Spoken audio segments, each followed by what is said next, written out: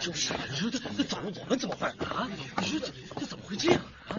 这说走就走啊！你看这简直，那你说怎么办啊？怎么回事？是吴同志，你来的正好。朝廷下旨任命张同志为长江一带宣抚使，他去上任，弟兄们挽留他，你也帮我们劝一下他吧。是啊，你给帮着劝劝吧，你劝一劝吧。大人，你不能走啊！这是朝廷的阴谋，你走了，弟兄们怎么办呢？是啊，朝廷是害怕你造反，要解除你的兵权，千万不能受命啊！好，吴同志，寿卿，你也听说了？我是刚刚在院子里听说的。你怎么看？这还用看吗？明摆着的事实啊！我也不同意你去当什么狗屁的宣抚使，兵权是绝对不能放弃的。反正吴同志也不是外人，干脆咱们一起联手反了吧！大哥，只要你一句话，我们都跟着你干。对，反了吧！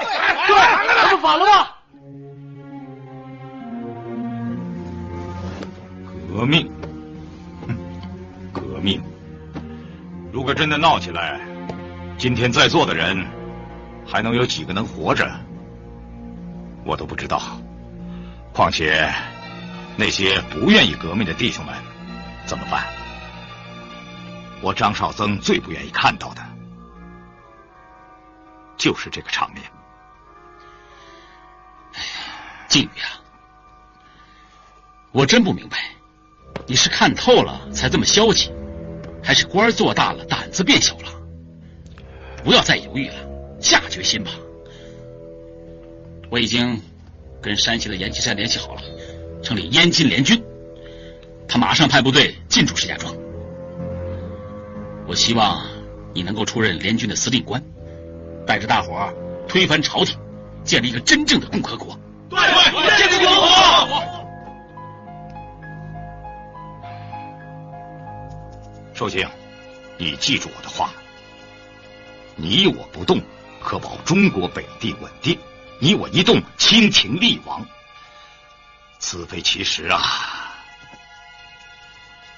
眼下各地纷争独立，革命气势如虹，但多数各自为战，群龙无首。朝廷未倒，各地尚能同气连枝；朝廷一倒，民国未立，国家必然陷入一片混乱之中。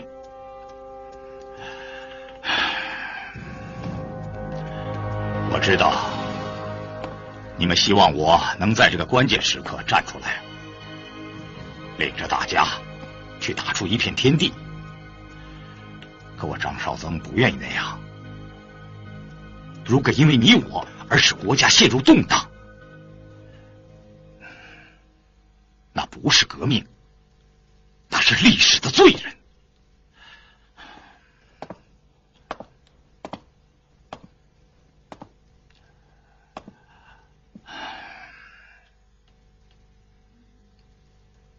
我决定了，接受任命。朝廷如今采纳了我提出的立宪12条款，不接受任命，就等于受人口实。当然，如果时机成熟，我不反对你们起事，但我不希望你们自相残杀。记住我的话，匹夫之勇不足赤，凡事都要三思而行。大哥，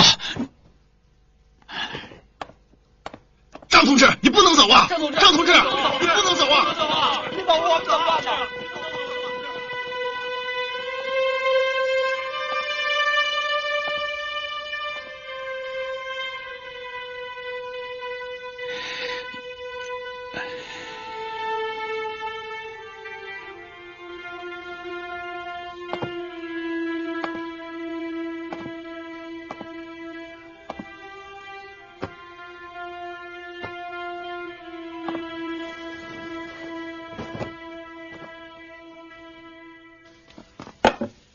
哎呀，有饺子吃啊！哎呀，吃醋。饺子汤。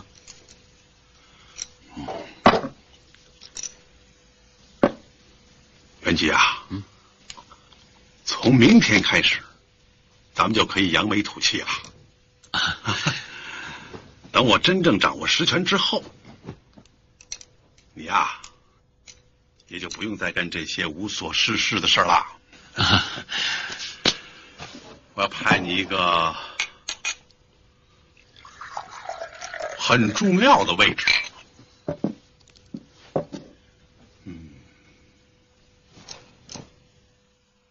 政府卫队统领，到那时候看谁还敢在这舞刀动枪。谢谢大人。站开！哎，报了怎么样？啊，站开！站住！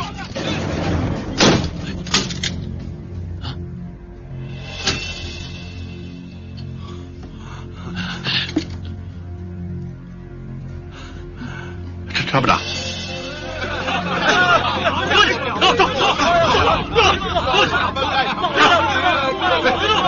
好，都说呀！我说弟兄们，你们到底要干什么啊？你说是不是想夺军政府的权利？不是，哎呀，我只是赞同大都督的意思，哎，也是为了湖北好嘛。放屁！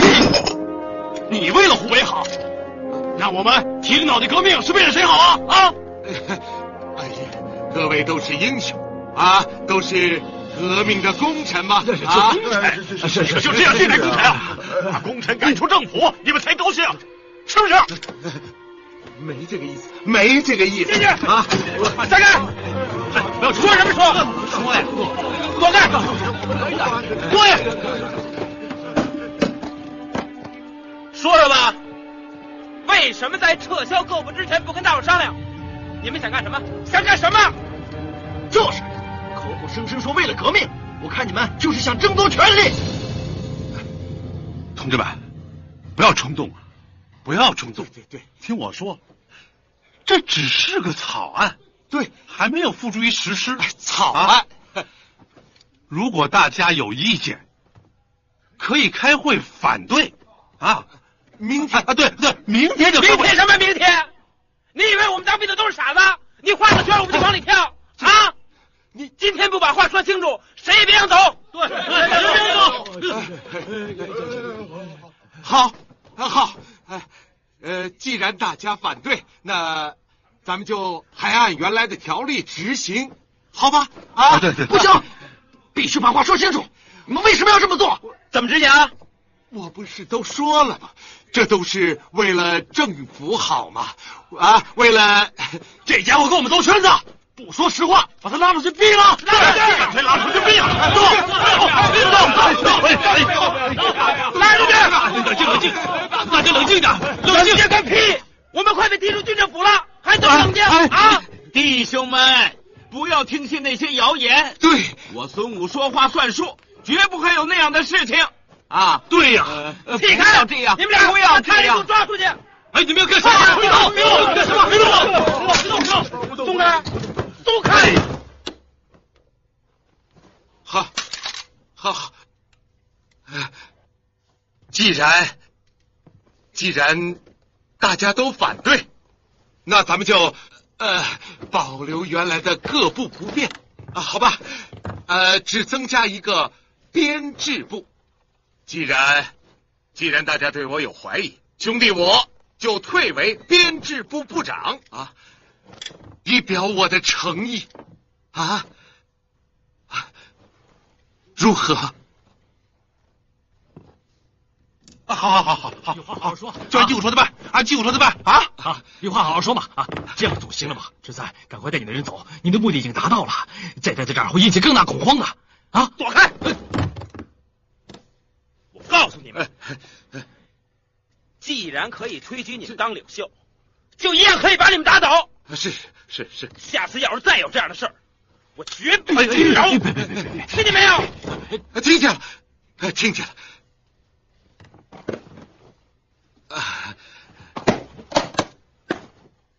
走！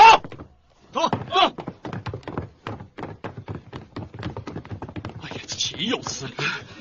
这算怎么回事？你要给我们做主啊！欺人太甚！岂有此理呀、呀！是吧？哎，大都督啊，大都督，大都督。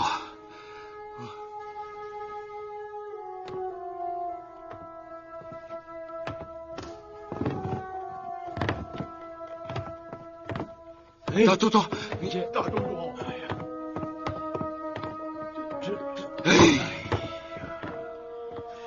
金武兄，没事吧？唐先生，这可怎么办呢？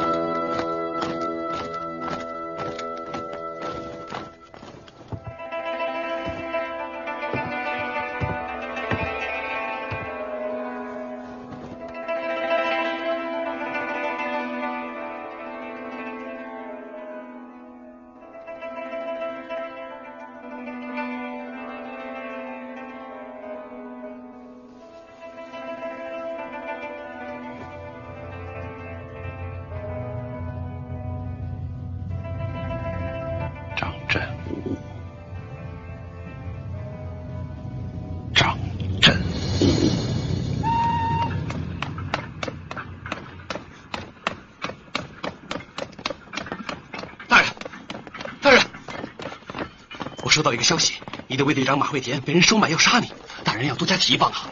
杀我？马惠田？哼，不可能，杀我的人还没出生呢。大人，现在风声鹤唳，你还是小心为好啊！正因为风声鹤唳，谣言四起，我才不能相信呢。如果是有人从中恶意挑拨，我岂不是要错杀好人呢？那至少要换掉贴身的警卫，总要做些预防啊！好，回去我就处理这事儿。报告，山西军政府先遣军第一营向吴将军报道。你们就来了这么点人呐？不说来一个混成邪吗？不知道大人，我们接到命令就出发了，其他的什么都不知道。好吧，你先带人去休息吧，等待命令。大人，还有，请您给发点弹药，因为我们出来的时候都是空枪啊。什么？空枪？是大人。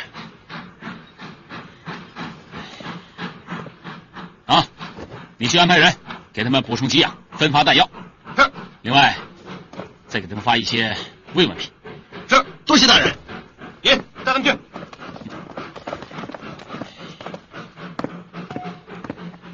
大人，没想到这个阎锡山这么不守信用，明明说好的事情，居然离谱到这种地步。士兵出外打仗，连子弹都不给。唉，看样子这个阎锡山也成不了什么大器。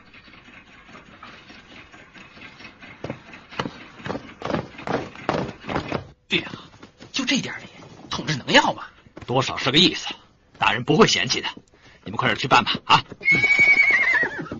好。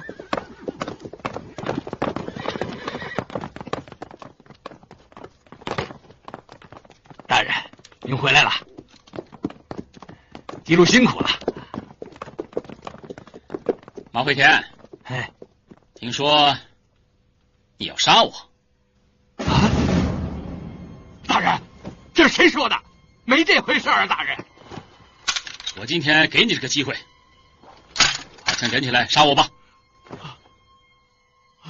大人，这谁造的谣啊？大人，大人平时对我恩重如山，我怎么会干这种事儿呢？大人，这是天大的冤枉啊！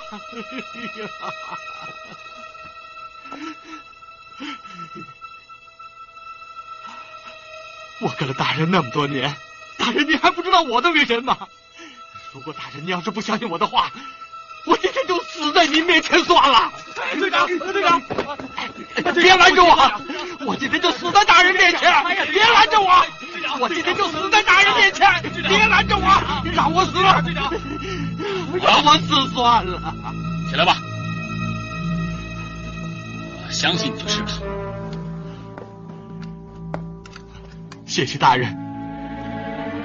马奎天，就算你想杀我，你也杀不了。你投降有我快吗？你抽刀有我迅速吗？不信，咱们就比试比试。啊，不，我怎么会比得过您呢，大人？好了，今天的事就到此结束。今晚好好警戒，不许偷懒。是。这是什么？大人，听说您荣升巡抚了，我们特意准备了点贺礼，这还没弄好呢，就出了这档子事儿。有什么可贺的？算了，都回去吧。是。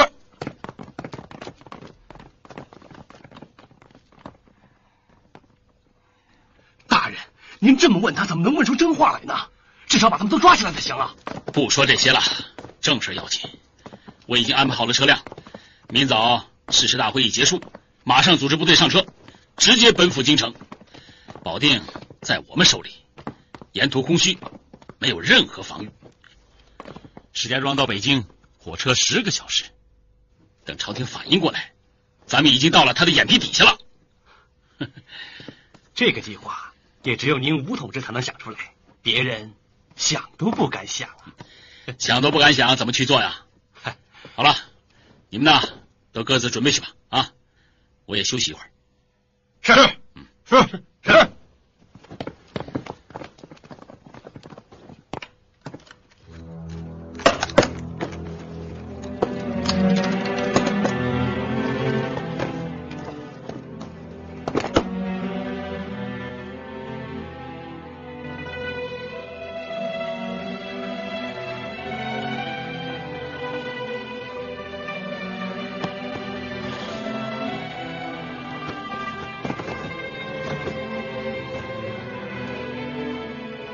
给大人贺喜！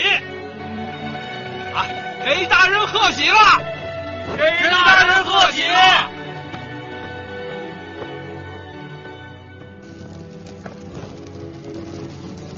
给大人贺喜！都说了用不着，还搞这一套。啊，回去吧。兄弟们，咱们祝贺大人高升啊！祝贺大人高升！起来吧，啊，起来吧！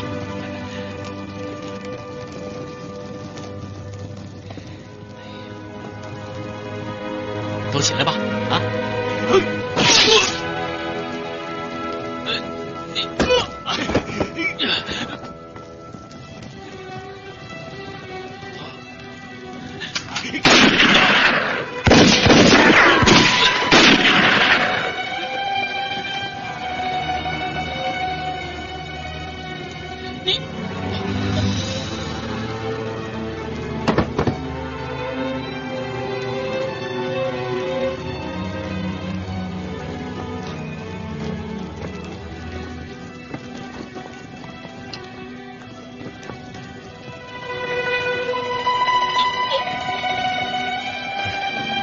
大人，实在是对不起了，我们来是奉命取您人头的。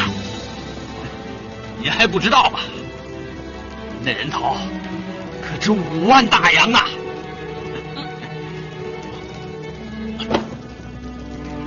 弟兄们，赶快出去开枪制造混乱，在这儿把人头砍了。是。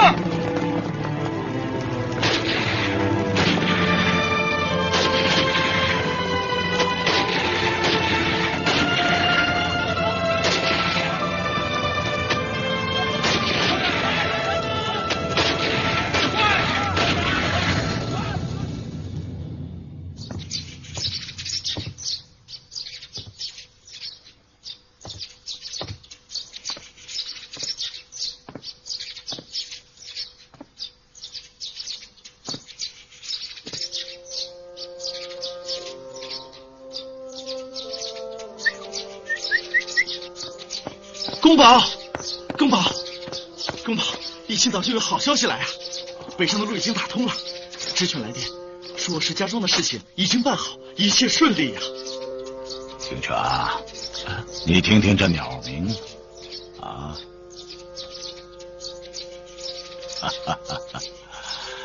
等咱们回北京啊，大概就没有心情听这些了。啊，哎，还上3年呐，还是有很多东西值得留恋的呀。我想，等我的大限到了，也许唯一能想起来的就是这花园车站里的鸟鸣。哎，不知道黎元洪现在正在干什么？我听说那个家伙非常讲究吃早餐啊，也许正在品尝那些精美的点心呐。哎，应该派人去看看他了。跟他好好商量一下和谈的事，都不要再打下去了。有什么必要啊？有话好好说嘛。你说是不是啊，庭娟？对，大人说的有理。如果都能坐下来心平气和的谈，将来啊，也许咱们就真的有时间尽情于这山水之间了。庭娟言之有理啊，那就派人去看看他吧。好。尽管大都督与汤部长的提议有些仓促，未能被大家所接受，但是宋某仍然认为各位聚众以武力相威胁的做法有欠考虑。须知我们是民国政府，是革命军人，在这个政府里，我们都是同志兄弟，是一家人，岂有对家里人武力相向的？哼！他们背着大家改组政府，撤销了所有的部，也不跟大家商量，难道我们能忍受吗？是他们做的不对吧？就是他们为什么不跟我们商量？不同意可以谈嘛。我们既然提倡共和，就应该知道民主。什么是民主？民主就是有不同的意见可以随时提出来，但是民主绝不代表可以为所欲为，更不能仗着自己是手艺功臣就飞扬跋扈、蛮不讲理。我们这么做是为了防止某些人窃取胜利果实，更是为了保证革命的纯洁性，何错之有？张部长，他们一位是首义之地的大都督，一位是民政部的部长，都已经是最高军政长官了，请问窃取什么果实啊？我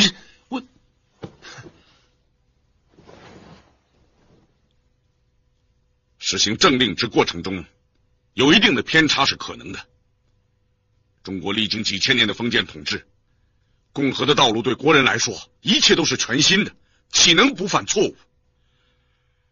如果领导者身边的人都不能善加体会，帮助他们走上正轨，难道指望别人给我们提供现成的条文不成？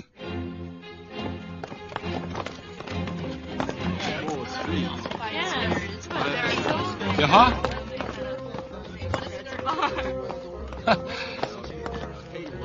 冯将军，这不是蔡廷干、刘承恩吗？二位不在北京享福，跑到前线来干什么呀？没什么特别的事，只不过来看看。哦，是不是宫保有什么事情要办？没有，冯将军公务繁忙，说等不再打扰啊。告辞。好。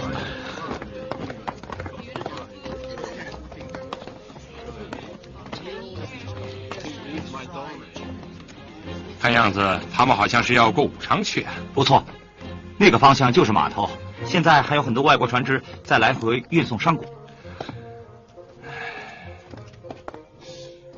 宫保的人到武昌去干什么呀？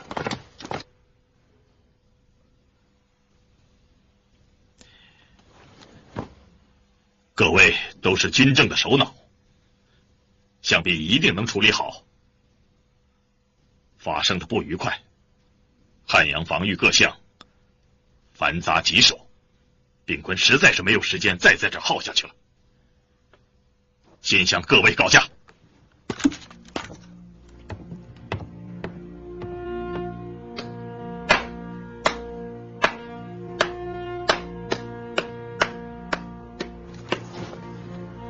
各位都看到了，这才是军政府真正的栋梁。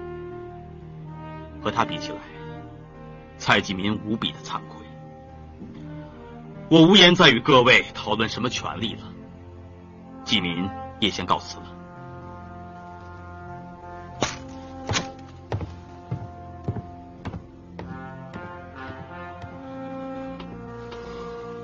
在座的诸位都是大豪杰、大英雄，羽林自愧不如，先走一步了。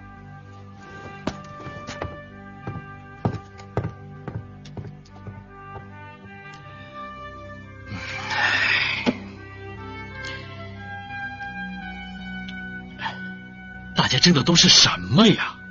啊，敌军虎视眈眈的，啊，将士浴血奋战。各地党人拿武昌当一面旗帜，啊，这责任不可谓不重啊！啊，各位自问一下，如果以这种心态，这面旗帜还能扛下去吗？蒋一武之言，句句锥心呐。各位如果再不幡然醒悟，恐怕悔之晚矣呀。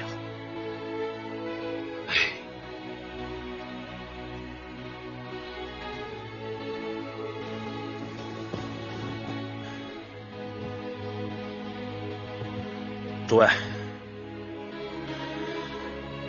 此事皆因朕武冲动而起，为此，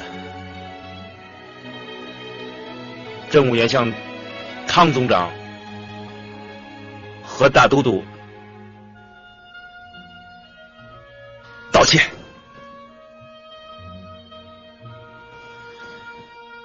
然而朕武郑重发誓，此行为绝无半点私心。如果军政府能够顺利运转，能够公平待人，大家能一起为公，不搞派系，那朕武愿重回部队，做一名普通战士，跟随黄将军上阵杀敌。此心苍天可见。我也和张振武一样，只要能为了百姓，为了民国，我死而无憾。兄弟愿随尔等之后，共赴战场。好好好好好好，说得好。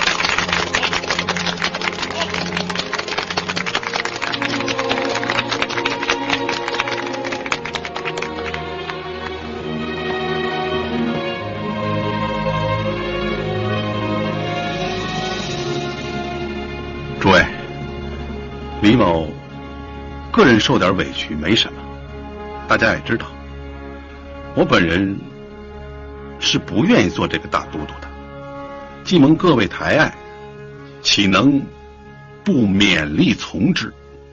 政府改组，乃是同志们的建议，我和汤部长也是为了顺应民意才做此调整。既然遭到大家反对，我们也就不再坚持了。只要大家能够提出更好的建议，袁弘一定遵照执行，如何？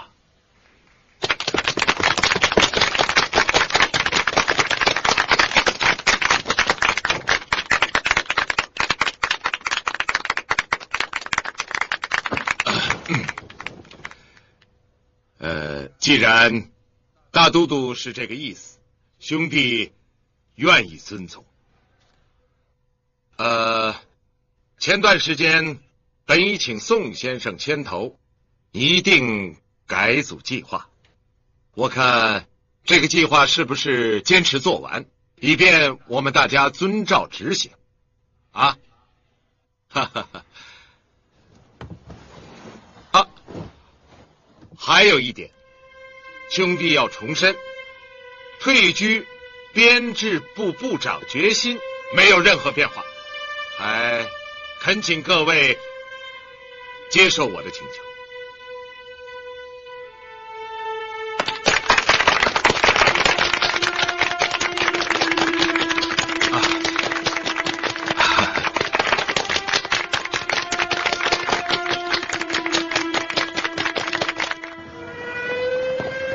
李宽，李宽，金民啊，你跑来干什么啊？我怎么就不能来啊？你以为只有你惦记着汉阳的防御啊？我是真的担心。我也这么想。怎么样？觉得咱们能够守住汉阳吗？尽力而为吧。对，尽力而为吧。哦，弟兄们的情绪怎么样？自从汉口失守以后，有些人很悲观，不过大多数人还是抱着同仇敌忾的心情儿。那就好。丁坤，你觉得三镇的走势最后会走向何方？从现在的形势看，全国各地响应武昌起义的地方很多。你看，江南半壁几乎全动起来了。我想革命最终的胜利肯定是属于我们的。这一三镇嘛，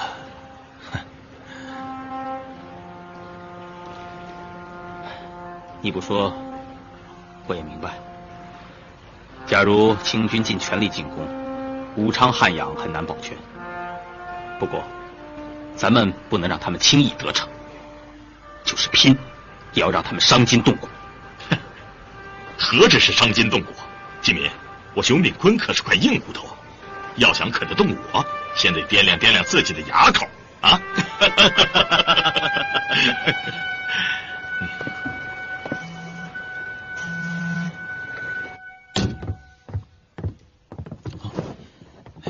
大人，他们呢？要来和谈。和谈？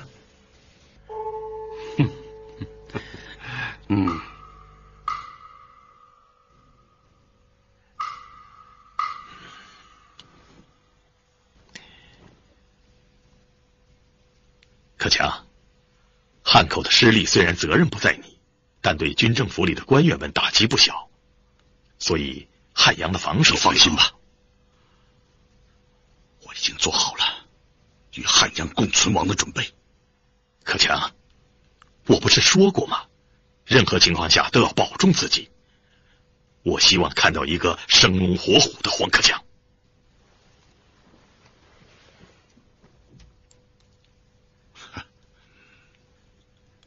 我记着呢，记着就好。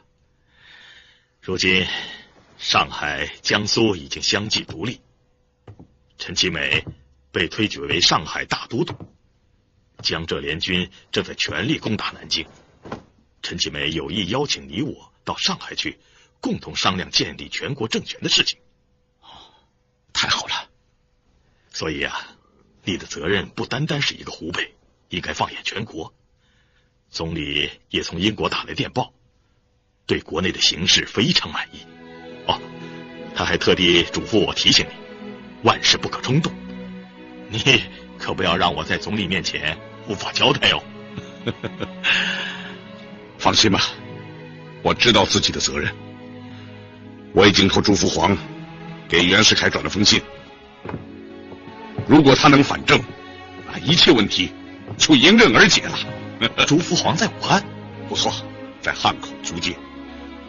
他和袁世凯大公子是好朋友，袁世凯似乎想与同盟会合作，但不是太明确。是啊，全国的形势变化如此迅速，恐怕是他袁世凯没有想到的。岂止是袁世凯啊，就连我都有些感到意外。其实这并不意外，经过党人的多年努力，革命精神早已遍布全国各地。湖北不过是革命风潮之起因。顿出言之有理，武昌乃首义之地，只要这里多坚持几天，就给全国的革命莫大的信心。朝廷重兵集结于湖北，只要这里能够坚持得住，清廷就不会有能力去管理其他各地。这些我都清楚，只是我担心汉阳的防守不会那么简单。从冯国璋在汉口的所作所为，你要提高警惕。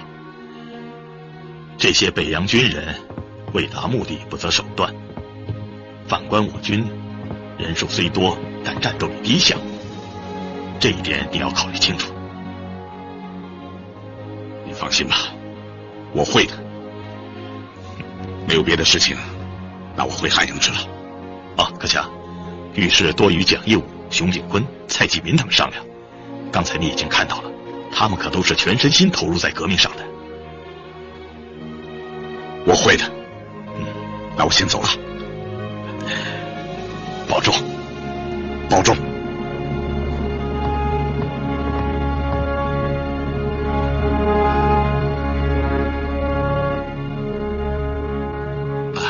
宋先生，您没走真是太好了。李大都督有些事情想请你商议一下，您看，好吧？好，请。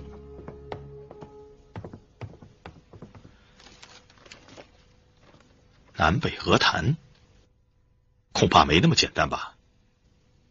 袁世凯岂肯放弃他的立宪主张？我也是这么认为。袁世凯岂能放弃立宪？如果他不放弃立宪，和谈也不会谈出什么结果来呀。假如我们先答应袁世凯的立宪主张，以稳定湖北的形势，然后这绝不可能。共和是和谈的首要因素，即便我等愿意假意应付，恐怕全国各地的党人也不会答应。是，那咱们就一口回绝袁世凯，这也不妥。依我看，还是再等等。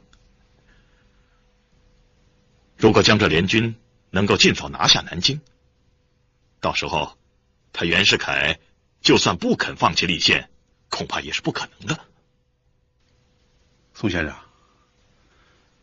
您觉得江浙联军能一举攻下南京吗？守卫南京的可是北洋悍将张勋呐。不管是谁，逆历史潮流而动者，必败。对呀，对呀，太对了，精辟，精辟呀！那您看，我们该怎么回复袁世凯才好呢？这个怎么回事？不会是张志武他们要？不会，绝对不会。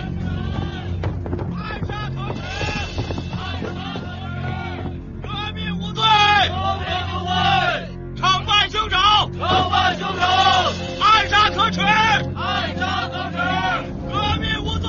又是怎么回事啊？暗杀可耻，惩办兄长，现在学长，革命无罪，暗杀可耻，革命无罪。发生什么事了？袁世凯派人暗杀了吴禄贞将军。什么？杀了吴禄贞将军？革命无罪，严办凶手，打倒袁世凯。袁世凯暗杀了吴禄贞。革命无罪。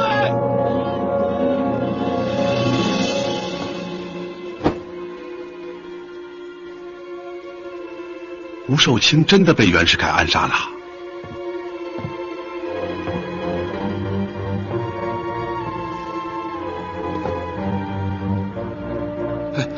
大都督，那这和谈的事情，现在想和谈，恐怕不太现实吧？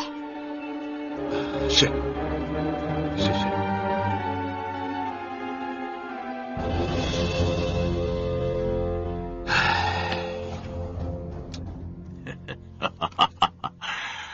这个黄克强还真可以啊！哎，你看哈，明公之才能高出星等万万。以拿破仑、华盛顿之资格，初而见拿破仑、华盛顿之事功，非但湘鄂人民待明公为拿破仑、华盛顿，及南北各省，当亦无有不拱手听命者。哎呀，我劝他和谈，他却劝我当什么拿破仑、华盛顿啊！这跟李元凤来信的意思差不多呀。大帅，大帅您看。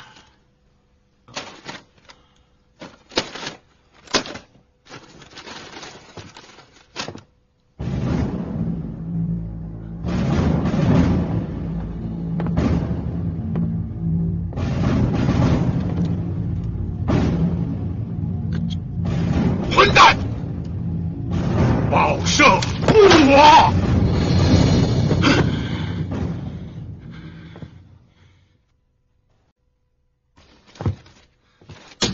大帅，大帅您看。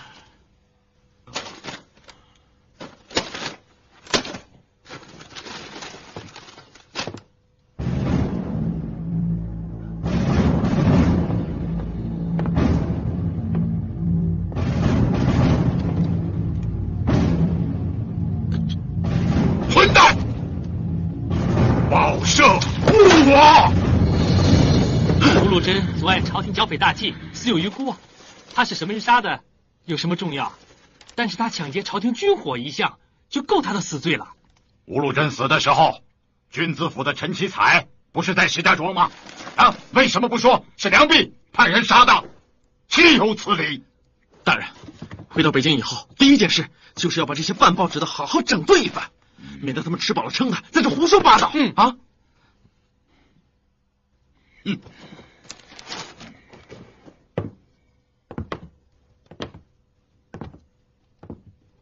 那些报纸不是爱登些新鲜事吗？把这个拿去，让他们登出来。大人，这要是让朝廷看到，看到怎么了？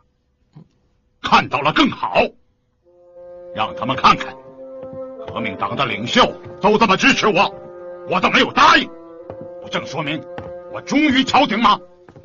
大人高见。和谈之事，看来这些放过了。李元洪就是现在想谈，恐怕也没人答应了。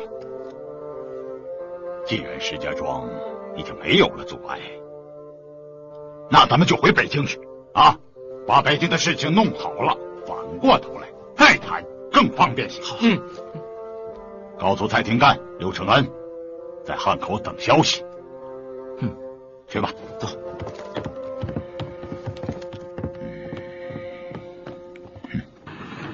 大人，你在笑什么呢？我在笑着吴禄贞呐，少年才俊，本来可以干一件惊天动地的大事，没想到却落得个尸首不全呐。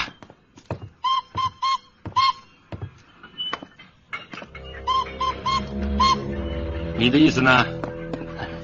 要真是袁大人干的，将军可要小心些了。为什么？稍有不顺意，还不像吴同志一样？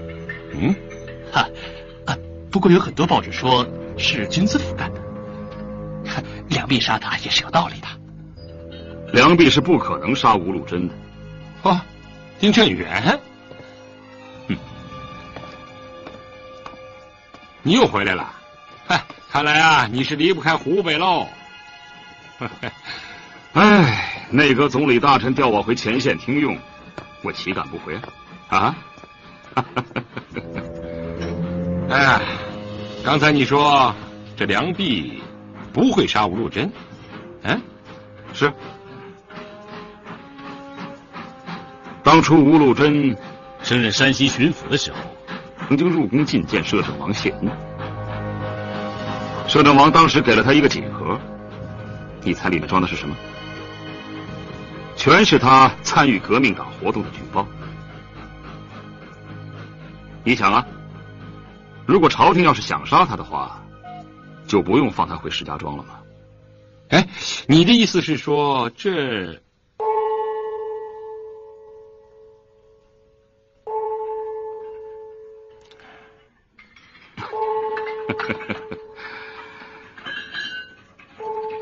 哎呀，丁某离开这么多天，想必汉阳已经被将军收入囊中了吧？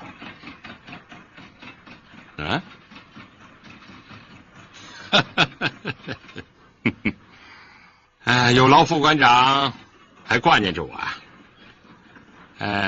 我军正在调动前线的事儿，我说了算，不用别人指手画脚。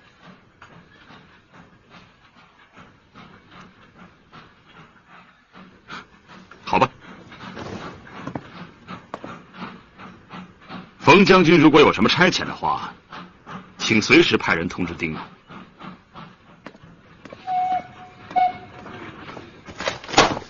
来，走。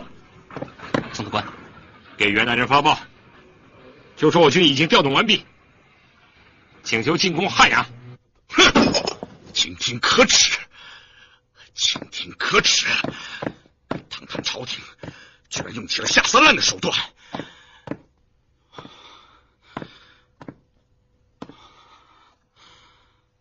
吴禄贞不死，从石家庄起兵南下，与我等形成南北夹击之势，清军必败。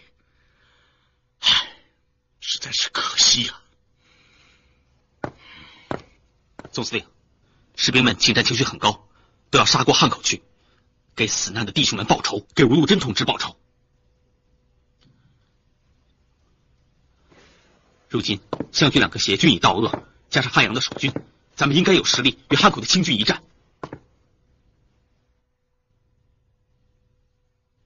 那好，那咱们就与清军决一死战。来，军政府及大都督，清军在汉口龙王庙至玉带门一带占领阵地，其炮兵在刘氏堤防、水电厂及满春茶园附近。我游击队已向黄陂方面进发，扰清军之侧背。本军拟于26日渡湘河前进，出其左岸攻击汉口清军。攻城第一营26日午后3时，用铁泊及民船架设军桥，湘军、民军各部均以26日午后3时之前到达预定地点，并各项进攻准备完毕，详细计划另文单列，请军令部会同军务参谋各部审议施行。战时总司令黄兴于昭中辞。你们怎么看？赵龙，你呢？不就是打仗吗？谁怕谁啊？嗨，大哥是问你有没有获胜的把握。还没打呢，我哪知道啊？你就不能动动脑子？我不动，怪累人的。关我屁事啊！哼，我今天不打你，我……大哥，这小子就这德行，别跟他一般见识啊！切，大哥，我认为如果咱们真像计划上说的那样，没准儿咱们还真能赢。啊，现在已经管不了能不能赢了，这一仗必须得打。这一段时间，战士们总是被动挨打，情绪很低落。你说呢？哎，大哥，今天呢，我看到小云了。哦，他还问你呢。小云是不是对你？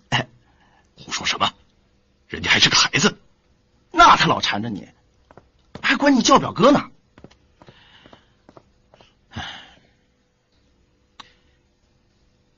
这孩子心里肯定有事儿。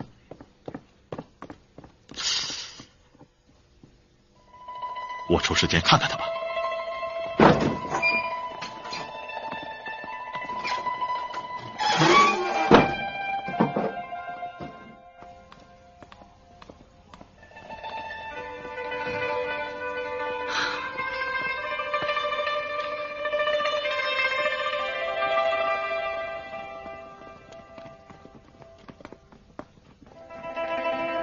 表哥，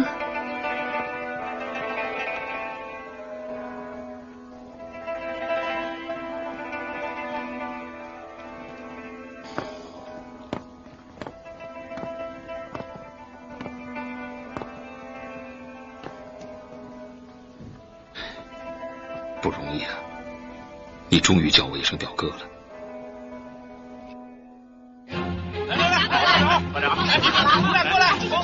小心一点啊，往里放，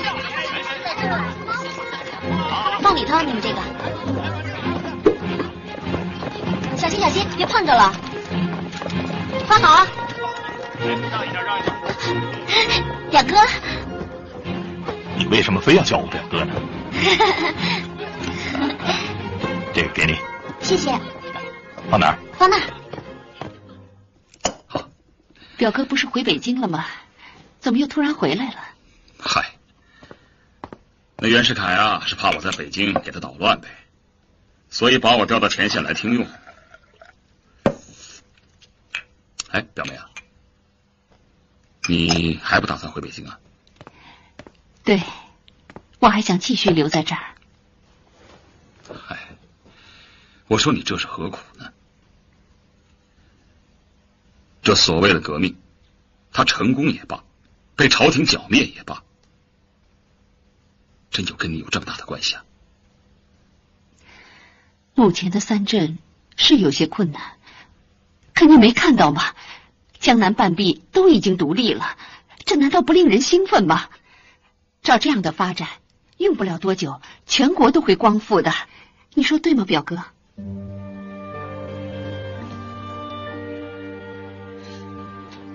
表哥，你今天能来看我，我真的很高兴。看来我这个表哥是当定了。就是啊，当定了。你为什么非要叫我表哥呢？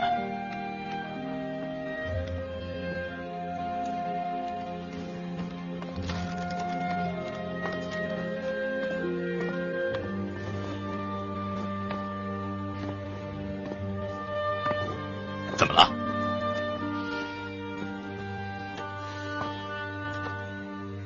你跟我的表哥长得真的很像。哦，你表哥在哪儿？死了，被清廷的走狗杀死了。革命党？还有我姐姐，他们俩订了婚，本来都准备要结婚了。他们俩特别相配，谁见了都很羡慕，尤其是我表哥，人长得斯文又特别好看。每次他来我家，都会给我讲好多好多事情。他会跟我说，国家为什么老受洋人的欺负，老百姓为什么过的都是苦日子，为什么会有这么多的贪官污吏，好多我不明白的事，他跟我说几句话，我就明白了。后来，姐姐和表哥让一个叛徒给出卖了，他们俩一起被抓，一起被杀害了。死了再多的人又能怎样？真能换回一个强大的国家来？哼，我是不做思想。袁世凯已经出山，这头蛰居在环上的猛虎被困了3年，3年呢，他一朝出笼，定会择人而事。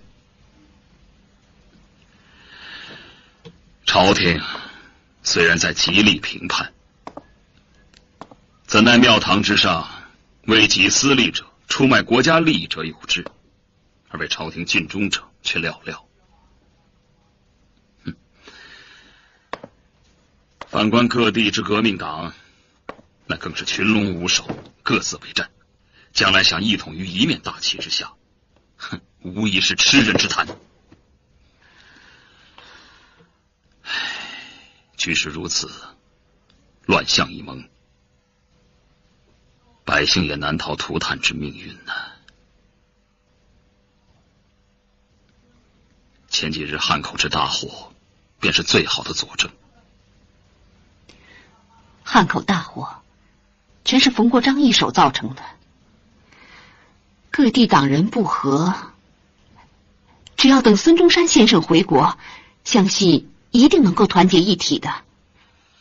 至于袁世凯，我相信他也一样不能阻挡历史前进的脚步。你说的倒轻松，你真的相信那些党人能够一统于孙文大旗之下？对，我非常相信，而且我还相信，在孙先生的领导下，这个国家一定会走上富强的道路。表妹啊，如果真能像你说的那样，表哥我绝对不会为朝廷珍惜半点权利。可惜啊，你说的那些，他根本就不会实现，那只不过是你心中美好的愿望而已。那是因为你对革命党有太多的成见。也许你说的有几分道理，但绝不会是全然如此。推翻清廷便是破，建共和政体便是立，这破立之间，焉能心平气和？小云，不要太难过。自从有了革命党以后，牺牲就从来没有停止过。我相信他们不会白白去死。等革命胜利以后，我一定陪着你到他们的坟前，把胜利的消息告诉他们，好吗？这就是你参加革命的理由吗？这只是其中一个。啊，还有什么？说说看。那时候，表哥他还跟我说，革命成功之后呢，就不会有那么多的官老爷，百姓也不会受人欺负，人人都会是平等的，不会有人挨饿受冻。他还说，国家大事还都能咱们自己做主呢。表哥，你说这些事都能实现吗？我觉得肯定都能够实现。看咱们革命军里，金大哥、程大哥他们，还有表哥你，还有如莲姐，你们几个啊都是好人。好人参加的革命啊，肯定都能成功。那姐姐他们说的话也一定能够实现的。所以我就要参加革命。这么多美好的事情，我要看着它实现。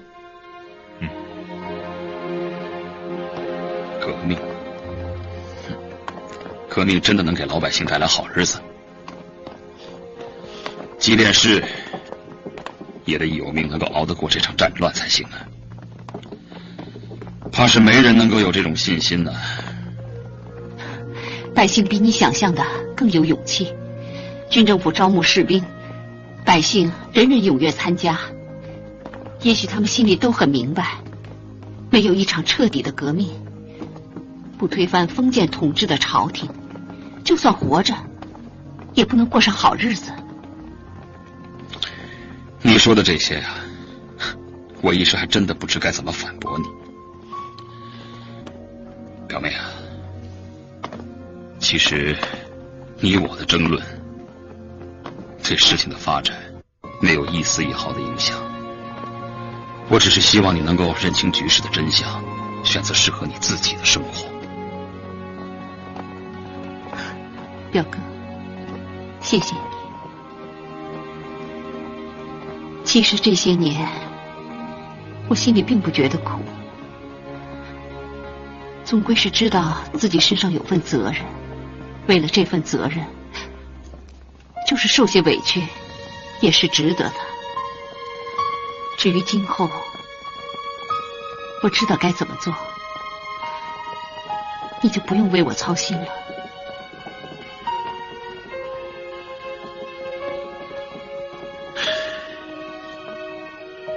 时间不早了，我该回去了。等我有时间的时候再来看你，好吗？好。表哥，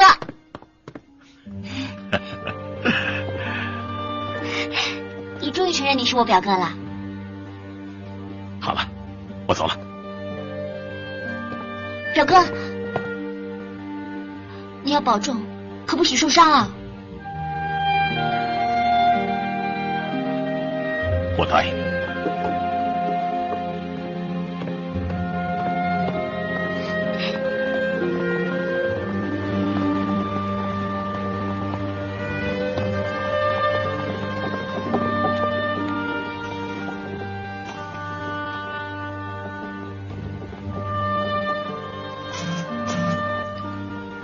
表妹啊，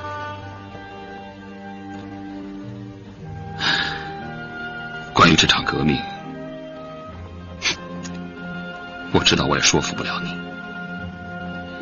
不过，我还是希望你能跟我回北京啊。不，我不想回去，至少现在不想。难道你就不想？你不想家？家，日暮乡关何处是？烟波江上使人愁。我想，即使我现在回到北京，也未必有家的感觉。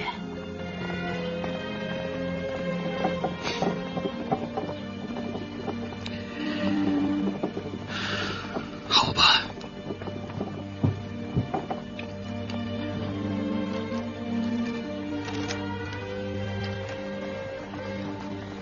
我在汉口还要待一阵子，如果有什么事情，就来找我。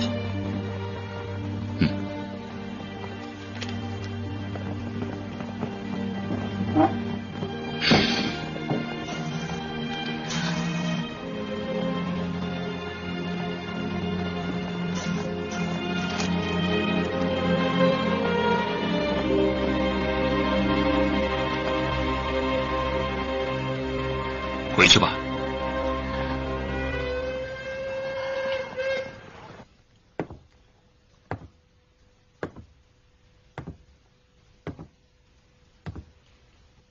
诸位，黄将军的提议非常好，兄弟极表赞成。最近袁世凯频频托人转达和谈的愿望，若此战大功告成，必将鼓舞我军士气，同时也会在和谈中使军政府站在非常有利的位置上。我同意黄将军的计划，诸位以为如何？同意。好，既然大家都赞成，那咱们就开始准备进攻。赵林，开始吧。是。诸位，兵力分布如下：湘军第一协王龙中部到，占领赵家湖西北附近。是。汉阳鄂军第五协熊秉坤部到，占领秦段口东段附近。是。武昌部队第四协常秉荣部到，26日午后3时开始渡河，向汉口中国街市攻击。是。部队第六协杨选清部到，乘小火轮以及民船至龙王庙登岸，向汉口清军左翼攻击。是。炮队团到，仍占领原阵地，向汉口龙王庙至玉带门一带及刘氏地方附近射击，援助我攻击部队。是。都记住了吗？记住了。大都督，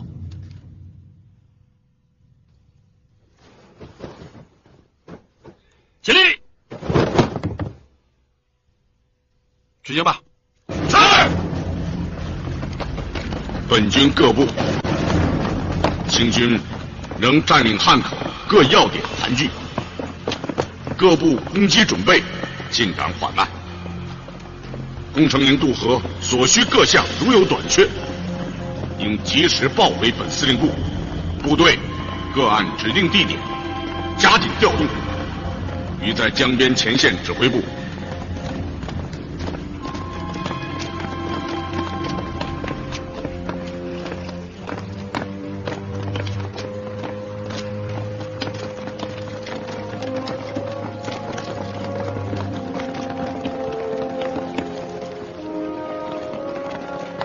没事吧？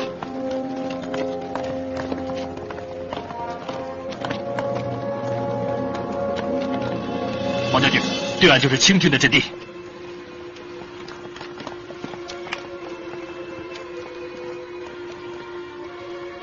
此次进攻的关键，并非中路进攻的湘军，而在第4、第6两协。如能按时发起攻击，汉口守敌必然首尾难顾。黄将军说的对，今天下午我回到武昌，即刻发出命令，严命第4程炳荣部、第6杨选清部务必按时进攻。好。哎，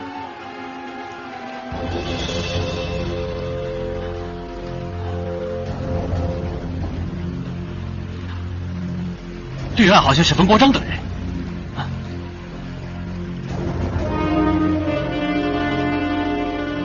没错，是他们。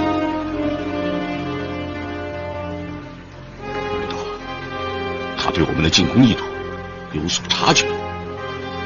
近日频频出现奸细活动的情况，这么大的进攻准备，恐怕很难保守住秘密。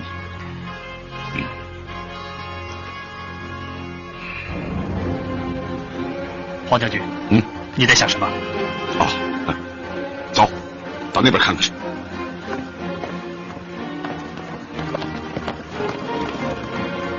本军各部鉴于清军对本军攻击动向已见明了，拟于今晚出汉阳北部，先行攻击汉口东亚面粉厂、国学书院、王家墩一线之敌。具体作战命令：炮队先行渡河，设置阵地必须能射击东亚面粉厂、国学书院并王家墩守敌为要。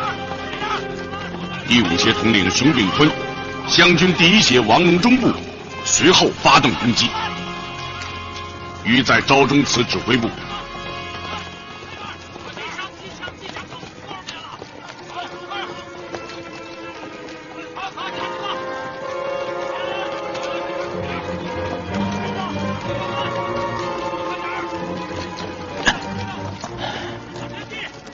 郑营，我怎么觉得哪儿不对劲儿啊？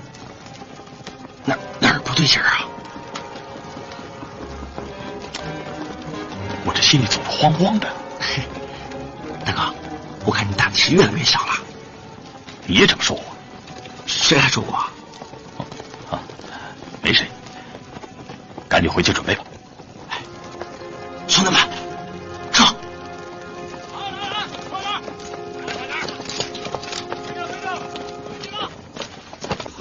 大帅，所有的情况都已经表明，黄兴并不甘心汉口在我军手里，估计此次是以一举拿下汉口为目的。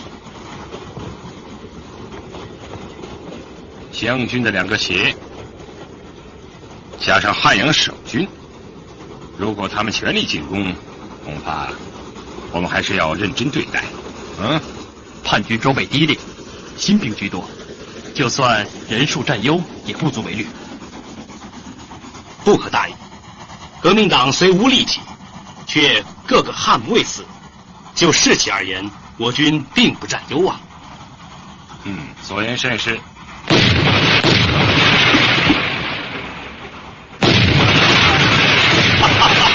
好，太好了，太痛快了！哎，我跟你说，赶紧通知部队，立刻发起进攻。是，可以。快点，注意隐蔽。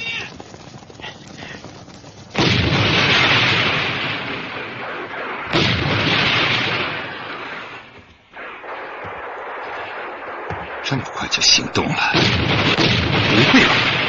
据情报，他们还未完成准备啊！报总统官，民军炮击东亚面粉厂、博学书院我军阵地，各部请示如何还击？黄兴这是想抢先占领汉口的北部，然后再进攻汉口的腹地。命令北面各部，如果无法抵御，可逐渐向城区靠拢，以能够配合我军炮火为要。同时命令王占元部、刘义营兵力在龙王庙阵地，率其余部队急速向三道桥、刘家庙一线移动。无论如何，不能让敌军切断我军后路。大家听明白了吗？明白了。行动。是。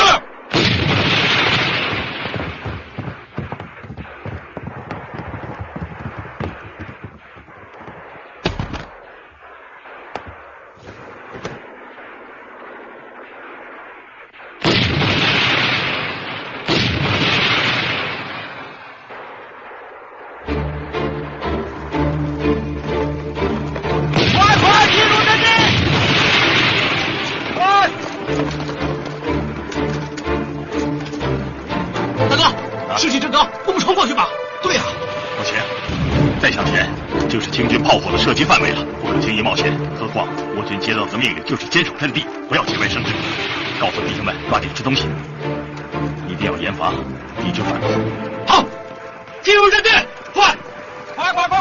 把机枪带上去，快！哎，把机枪架这儿，快哪呀？架这儿，告诉你，把子弹都拿过来，快！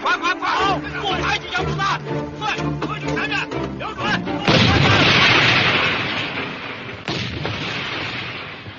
大都督，汉阳来电，雄边关的第5协已经占领汉口博学书院和东亚面粉厂，另外湘军的王龙中部已经占领王家墩。怎么会提前了？不是定在26号开始吗？这个我也不太清楚。王将军说他自有部署，目前不便泄露。我看既然是胜利了，也不必再去过问其他什么了。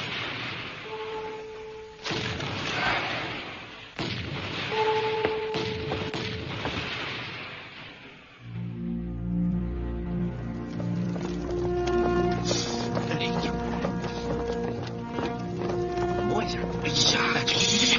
哎，让我摸摸，去吧！让我摸摸，哎呀，去！哎，你能从战壕上掉下来，我佩服你。黄司令，负伤了，丢人！刚才进战壕的时候不小心摔了一跤。这大名鼎鼎的金兆龙因为摔跟头而负伤，这让人意外啊！黄司令，您就别笑话我了，我就够丢人的了。总司令，这是敢死队队长程正营。总司令，神枪手程正营，手艺第1枪，你的大名如雷贯耳啊！他可是咱们这儿的宝贝啊，轻易不敢让他上去，就怕他受伤出事儿。滚一边去！我算什么宝贝啊？你当然是宝贝了。将来全国革命胜利了，一定要给你做块匾，手艺第1枪，让全国的党人好好瞻仰一下。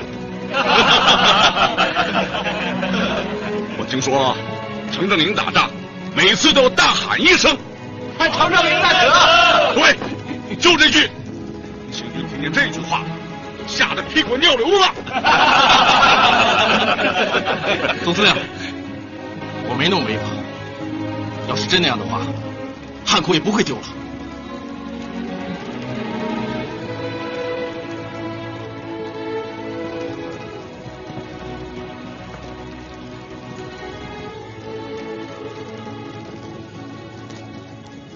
会收回来的。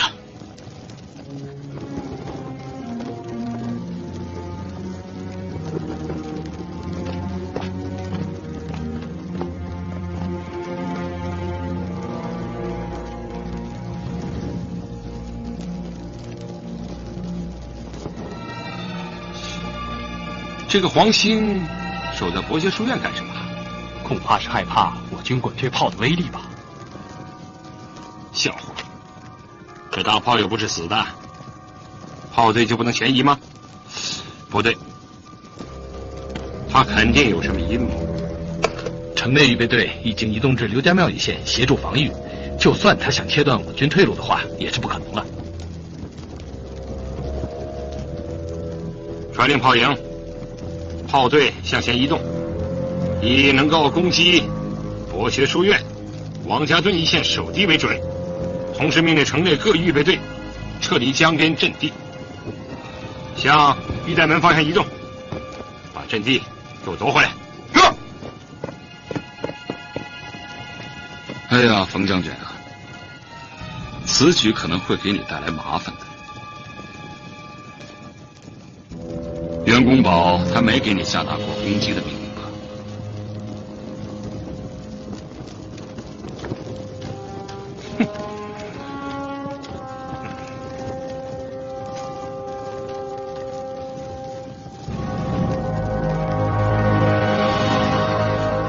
给袁大人发报，就说民军准备切断我军后路，请示如何行动。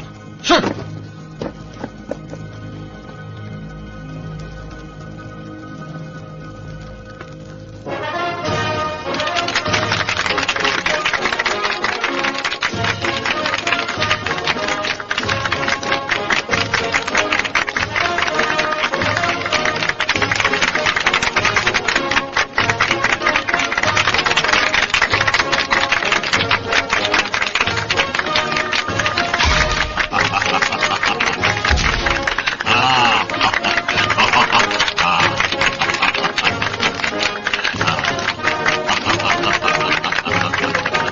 大臣阁下，听说革命党的领袖曾经是中国的华盛顿、拿破仑，你对此有什么看法？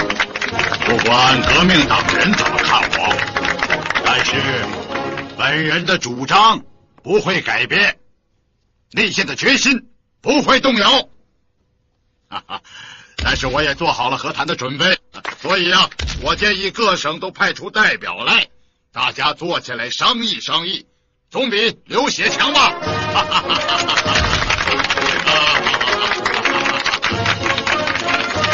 大人，王将军来电，皇亲欲期待我军后路，请示如何动作？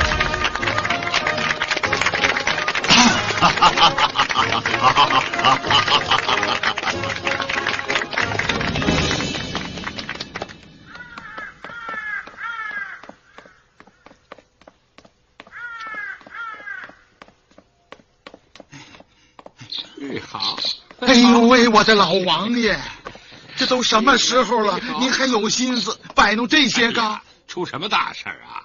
看把你急的，快坐下喝茶。不喝了，王爷，这全城可都轰动了。袁卫庭到了北京，据说他的2个卫队那穿着都是虎豹条纹的衣服，那个威风啊！这是要发泄一下3年的怨气啊！如今好不容易坐上了内阁总理大臣的宝座，还不风光风光啊？王爷，您说咱们是不是也去拜见一下他？哎，咱们是他重新出山的功臣，应该他是来看我们才对。王爷，您说啊，我这心里头怎么总觉得他没落听啊？你坐。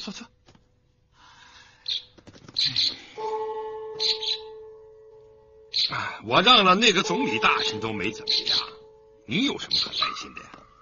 再说了，袁卫庭你还不了解，重情重义，知道深浅。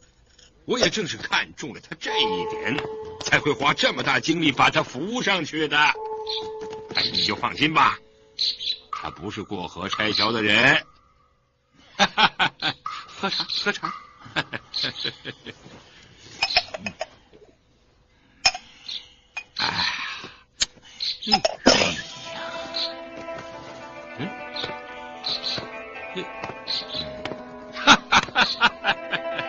你呀，大人，您看要不要给庆王爷和纳统他们发个请帖，请他们晚上过来赴宴来？哎呦，算了吧，不请还好。哼，这些人来了，没准要摆出副功臣的样子，让人看了觉得头胃口。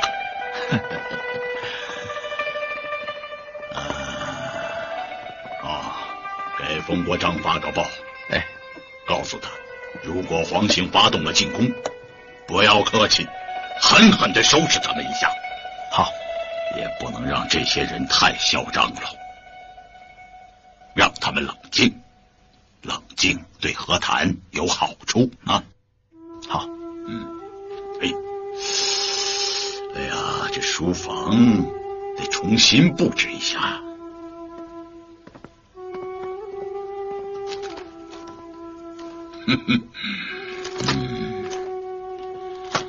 把环上的书，都给运来啊！哎呀，好好布置一番。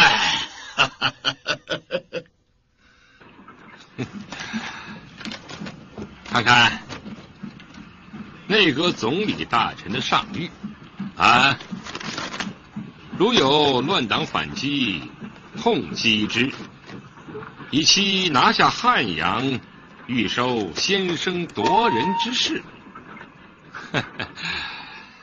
哎呀，看来最近有人说袁相爷要跟革命党谈判的谣言，将不攻自破喽啊！拿下汉阳，欲收先生夺人之势。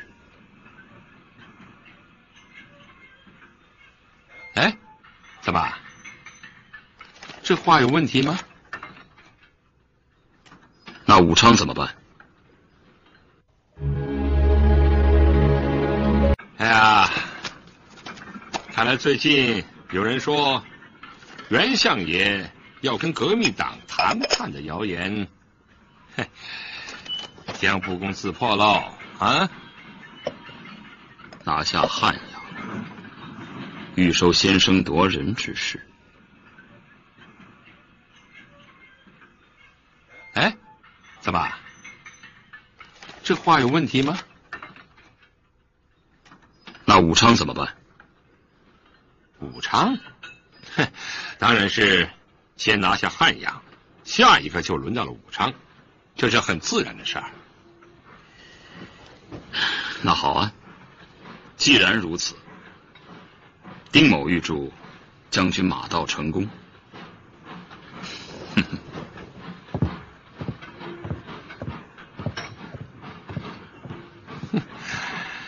这家伙净咬文嚼字儿。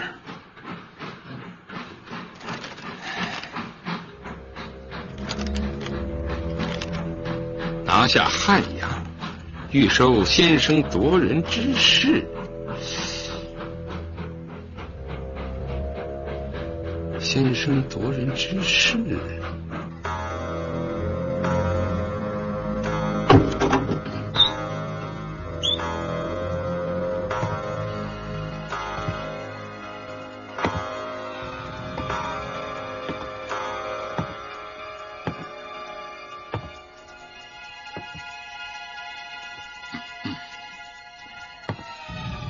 怎么啦？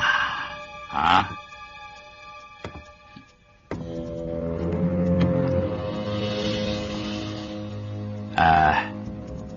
有什么事儿吧？大人，我和各舰的官兵研究了一下，决定挂白旗，起义了。啊？什么？你是说起义了？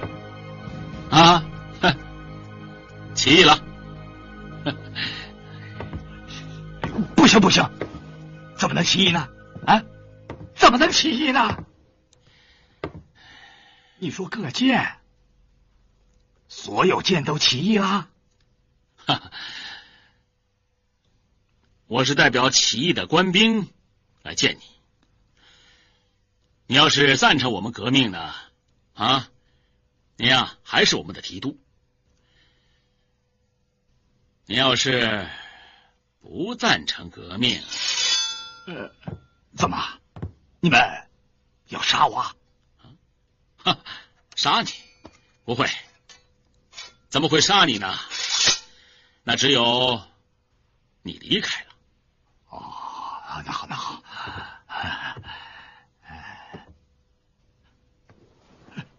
不成不成，你得赶紧去通知陆军，不然他们没有防备，会受很大损失的。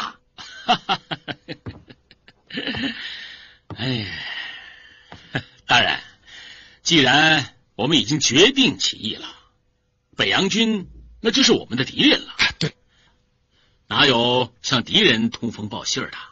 啊、对，说的有道理。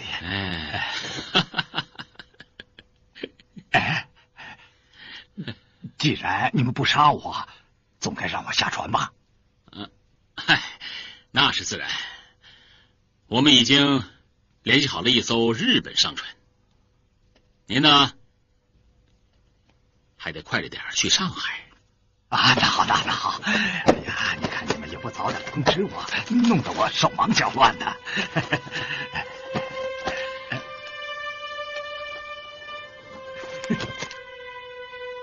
这么回去，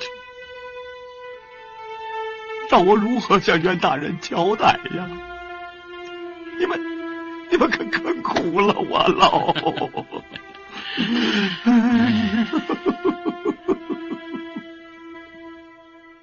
诸位，这部《鄂州约法》乃是由宋先生主持，集中了各方面的人士一起研究探讨，最终成型的。如果各位没有什么意见，我们就举手表决。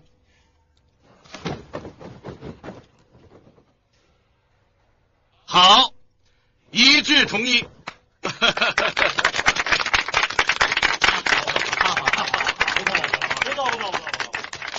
鄂州约法能够得到大家的认可，宋某非常欣慰。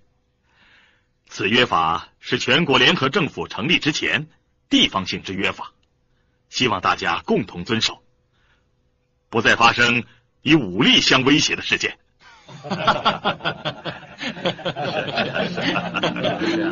刚才宋先生说到成立联合政府，我这里还有一件事情要同大家商量。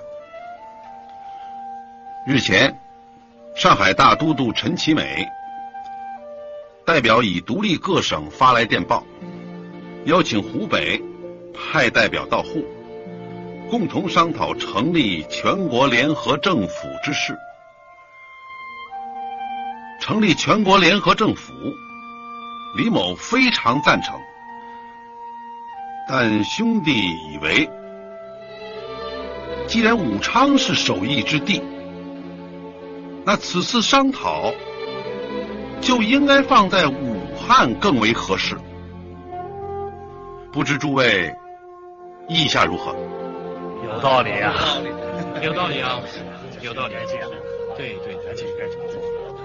兄弟以为大都督所言极是，武昌不仅是首义之地，同时也是中华民国这个国号的首创之地，因此理应将全国联合政府成立的商讨放在武昌。对，就是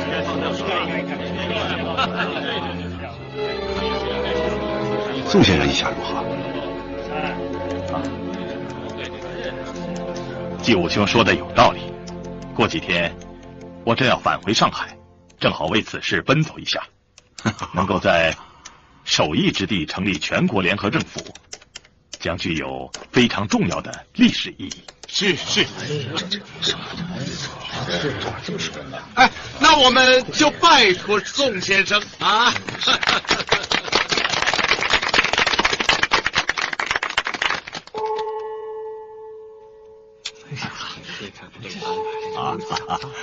这份内阁成员名单已经拟好了，大家看看啊，对自己的职务是否满意，是否可行啊？袁大人知人善任，我等是心悦诚服啊！能有这么公正合理、天衣无缝的安排，实在是非常人所能及呀！都是跟了您这么长时间了，不要客气，您怎么说我们怎么做，绝无二话。是啊，既然大家对这个名单满意，那就让报社公布出去啊！好，同时呈送皇上和太后批准啊！报告啊！几点？这个如果大家没有别的事情，就请先回去啊。好，我还要考虑一下前线的事。好，我等告辞了。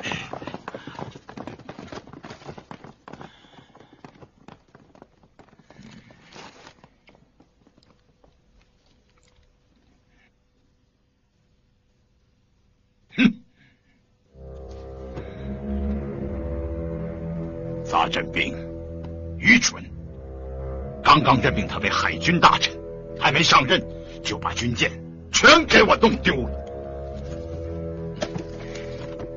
哎呀，那都是刚刚新买来的呀，就这样白白的送给了革命党。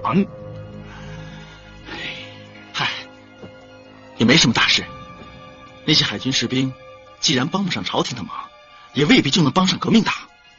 丢掉了这个累赘啊，那还省下一大笔军饷呢。哎呀，话虽这么说，但是海军乃众目所注，如今全体覆灭，必然给我军带来极大的恐慌。还是要小心提防为妙。你立刻将海军之变通电全军将领，以免不知情者自误。好。哎呦，大清的海军就这么没了，几代人的心血呀！对了，大人，庆王爷还有那头那边，您看怎么安排啊？让他们到必德院待着去，多给他们点银子，让他们享清福去吧。估计这下庆王爷比吃个苍蝇还难受。咱们这是让人家给耍了啊！把咱们给耍了啊！这必德院顾问，这下好，朝廷给得罪了，皇族也给得罪了啊！临了，袁世凯把咱们也给耍了，你说这叫什么事儿？自作自受啊！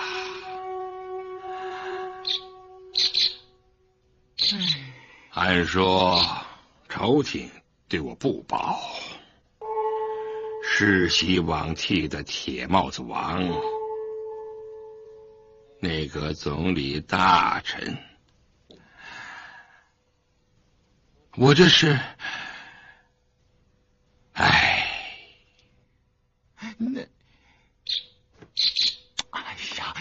这都什么时候了，你还有心思看鸟啊？赶紧想想办法，总不能就这么认输啊！不认输又怎么样？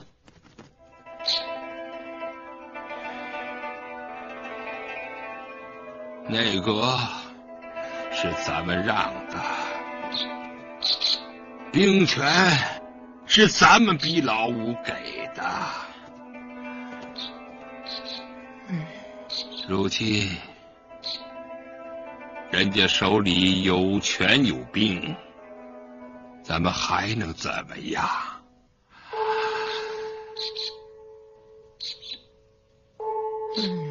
没想到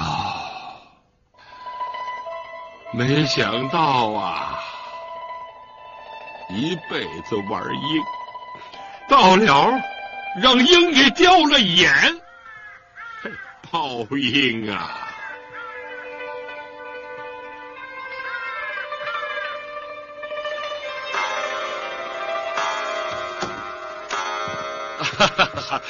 大都督啊，大都督，大都督，大都督，哎呀，汤部长，呀，汤部长这是，舍弟来信啦。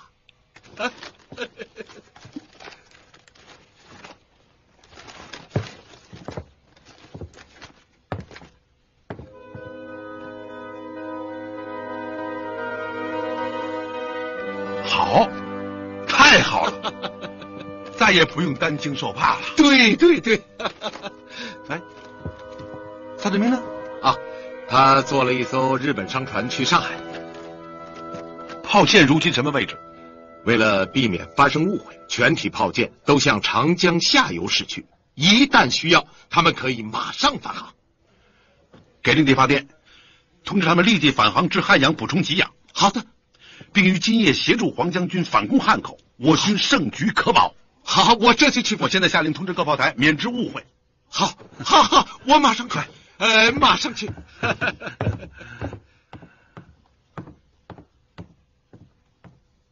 卫兵啊，到，给我做几样菜。是，备点酒啊。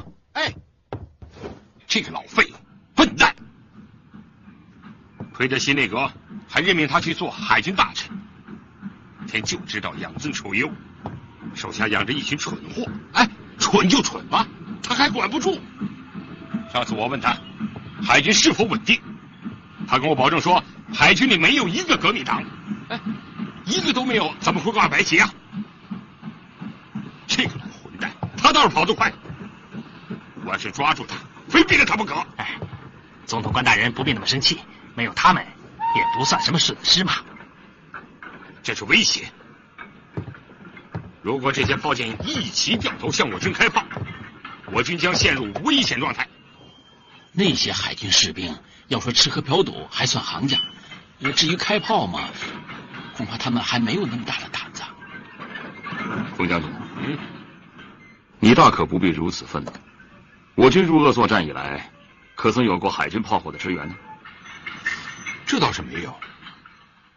不过我听说，他们3发炮弹就把大青山炮台给毁了，威力不可小视啊！那是我带着咱们陆军的人指挥海军的炮手打了3炮。哦，丁副官长的话可信。我听说他们发了27枚炮弹，全落在了武昌叛军炮台的后山上，是一发为中。还是要多加戒备。如果黄兴也派人上船指挥开炮，我军出京勘略啊！传令满春茶园炮营严密监视海军的炮舰，一旦发现靠近汉口，不必行事，即刻开炮驱逐。是。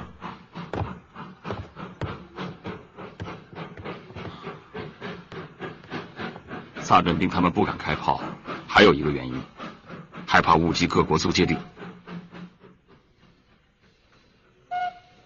我想黄兴等人恐怕也有如此的顾虑吧。说的有道理啊。那就请你马上给英国驻汉口领事葛福送一封公函，将海军赴逆的消息告诉他们，请他们派人与军政府交涉，不要只提醒我们注意各国政府的利益，他黄兴也要小心点才是。好的。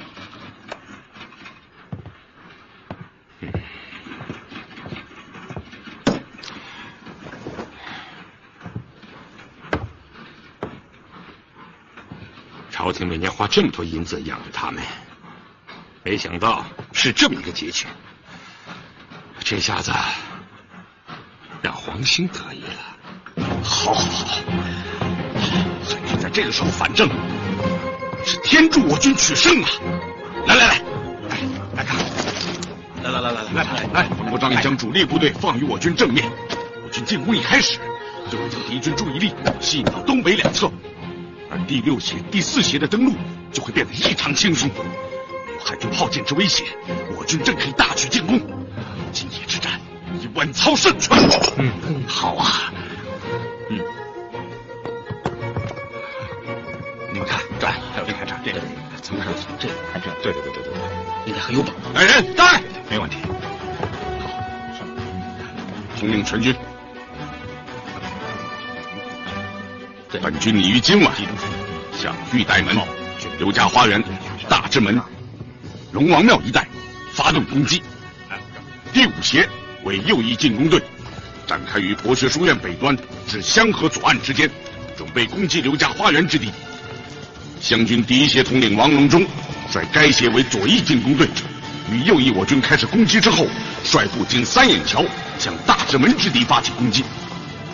湘军第2协甘兴典统领须于午后8时率部经秦段口渡江向玉带门方向行进，先展开兵力于博学书院附近堤防一线，待我军开始发动攻击之后，迅速向玉带门方向发起攻击。部队第4、第6协待我军开始攻击后，即可登船沿江北上，务必于午后10时之前与龙王庙登陆，汉口敌军实施打击。炮队团营于我军开始攻击之前，配合部队进攻，对敌军先行实施打击。射击发出临时命令，于午后6时，在博学书院。哎呀，这个老陈啊，真是太客气了。新娘子到！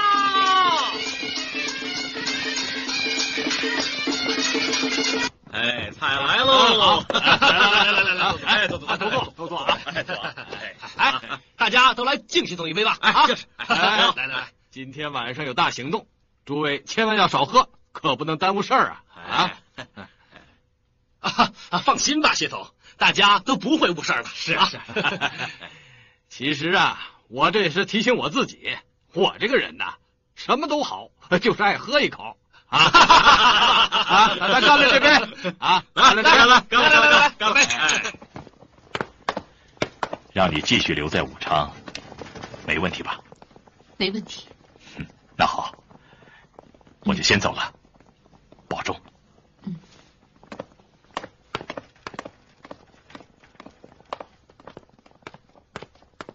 说天气了，说天气了，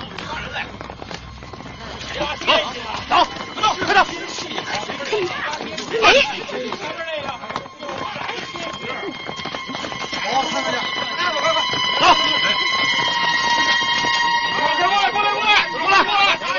走过来看看啊！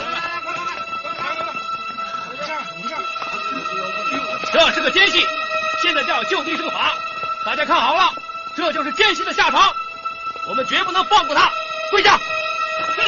跪来！跪！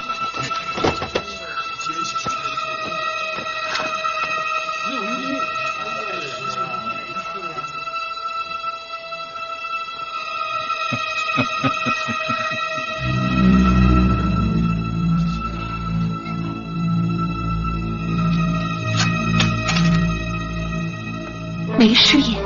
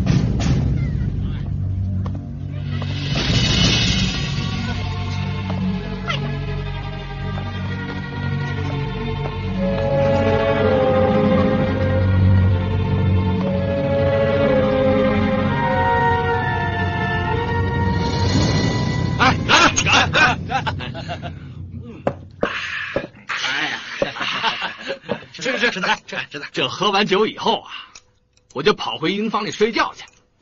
外面的枪声都响成那样了，我都没醒。你们说我是不是睡得有点死啊？哎呀，等我半夜出去撒尿的时候啊，一出门，乖，楚望台上都是人呐，而且他们全在胳膊上系着白布条子。我就问他们，我说半夜3更的不睡觉，你们都干嘛呢？啊？汪长林告诉我说，我们起义了，革命了，你不知道啊？哎呦，我一听，这革命了，我居然还不知道。我说不行，我要参加革命。我就这样憋着一泡尿参加了革命。哎，你们笑什么呀？我说的是真的。哎，后来去攻打总督府，哎呀，那个人死的呀，看着都让人心惊肉跳的。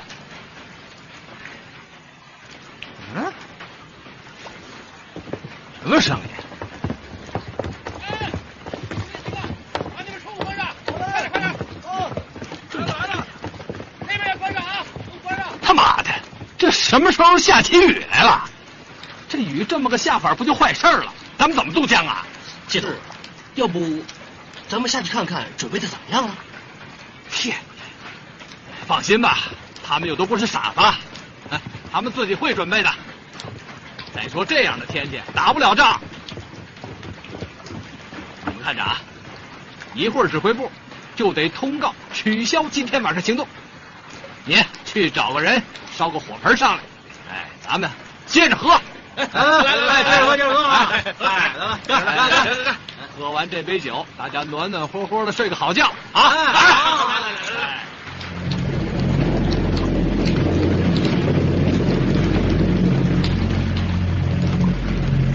来。这鬼天气，突然下起雨来了。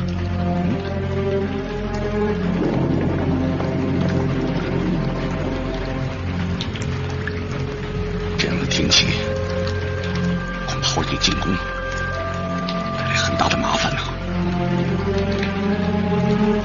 我们麻烦，敌敌人麻痹。要是这雨一直下到晚上，清军肯定会躲在军营里不出来，对我们有利的。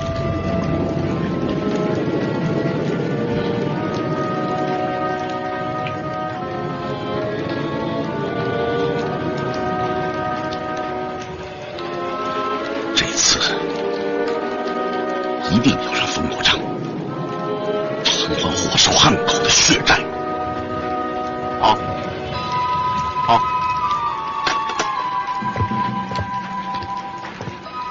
黄将军在博学书院挑中祠留守的人说，已经有了命令，今天晚上的进攻计划不变。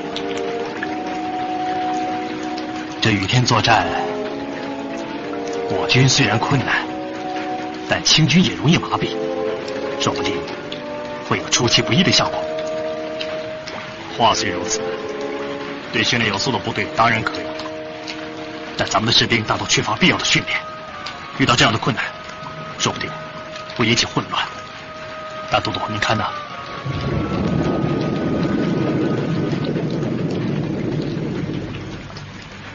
还是让他们打吧。如果现在取消进攻，反倒容易挫伤弟兄们的士气。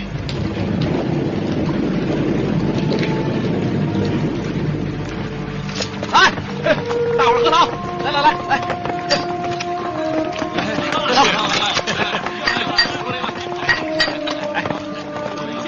都尝尝啊！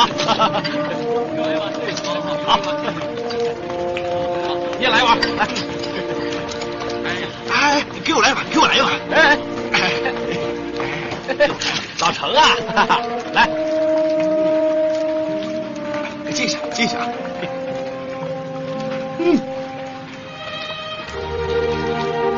怎么有股酒的味道啊？哎，你小子拿酒坛子盛汤，别说这汤里啊还真有股子白酒味儿，正好暖暖身子。哎，你是怎么想出来的？嘿，就我这心眼儿，这还不是小菜吗？你也有心眼儿，你死心眼儿吧你！哎，来给你喝汤了，拿来。对不起，我错了还不行吗？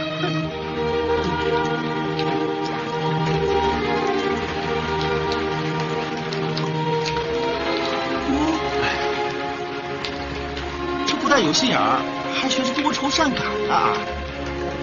我是在想啊，要是林大叔在就好了，有他的祖传秘方，我们也用不着受冻挨饿了。哎，给我打着点儿！哎呀，打着呢。好，黄将军，哎，黄将军，您怎么来这么早？哎呀，我心里急呀。啊，黄将军，给战士们熬了点热汤，都抢着喝呢。这个鬼天气有热汤是好事儿。哎呀，弟兄们受苦了，告诉弟兄们多吃点，吃得饱饱的，咱们好去收拾冯国璋这个畜生。黄将军，我想稍稍改动一下计划。你说，你看，我们的士兵大多没有足够的训练，这样的天气打起仗来，恐怕会吃亏呀。你的意思是取消进攻的计划？哦，不是，黄将军，你看，老天既然送上了这样的天气，我想清军他们肯定会麻痹大意。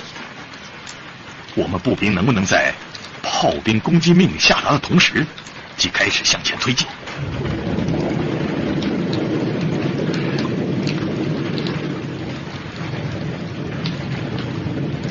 推进至炮兵攻击范围的最前头。这样一来啊，一旦炮击结束，我军即可马上出现在敌人眼前。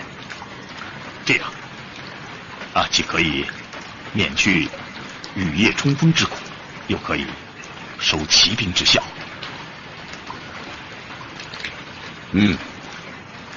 这个主意好，就照此实行。书长，立刻传令王龙中部，按熊秉坤方案一体实行。是。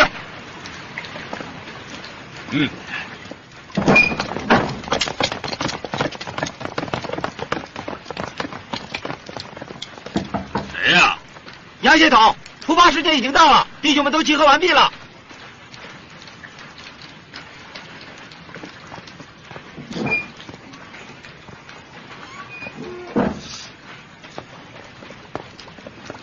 天气什么时候下起雨来了？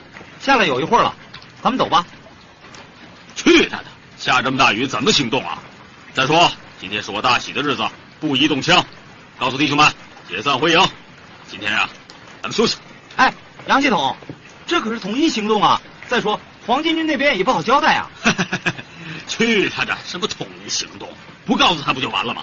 他要是问起我，就说我今天娶媳妇儿，没时间给他打仗。你们都回去吧，还有事儿呢。啊，回去吧。啊。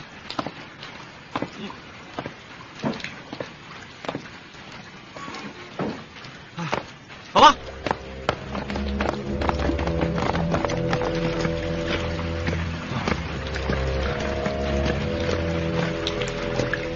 大家，报告系统，队伍集合完毕。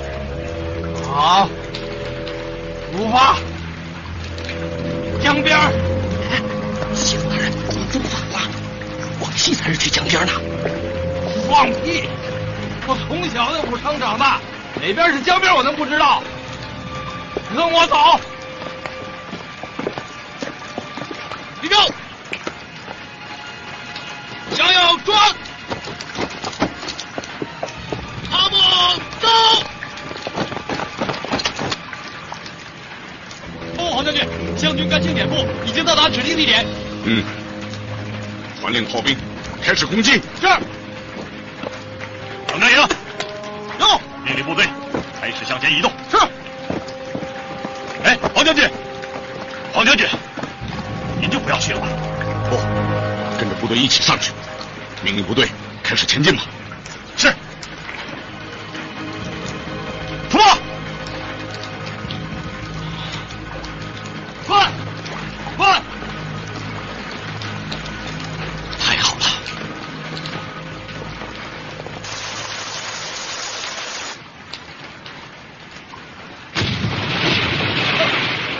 同志，啊，别跑！出什么事了？哪里打炮？不知道。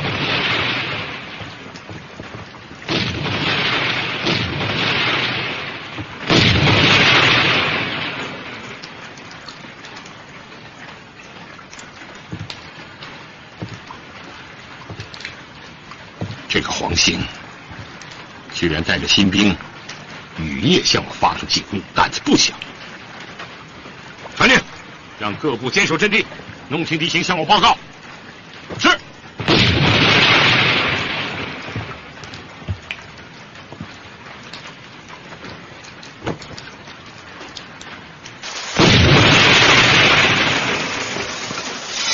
弟兄们，为汉口牺牲烈士报仇！跟我冲啊！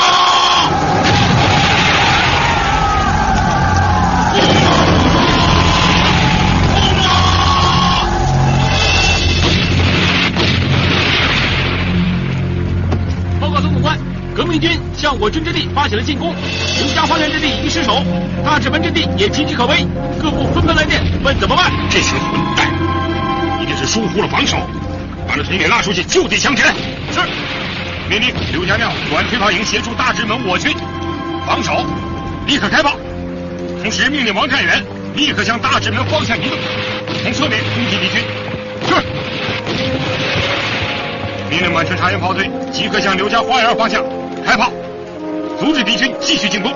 命令城里的守军立刻向刘家花园移动，协助我军防守。是。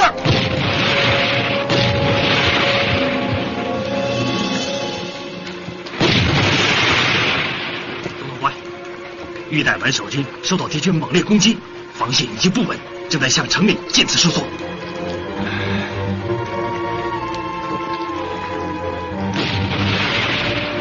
这个黄兴居然分3路向我进攻，哼！命令汉水江边我军向玉带门方向移动，务必把阵地给我夺回来，万不可令敌军深入城区，否则军法从事。是。总管，指挥部是不是向刘家庙方向移动？这里，我哪儿也不去，就在这等着，我看看黄兴到底有什么本事来活捉我冯国璋。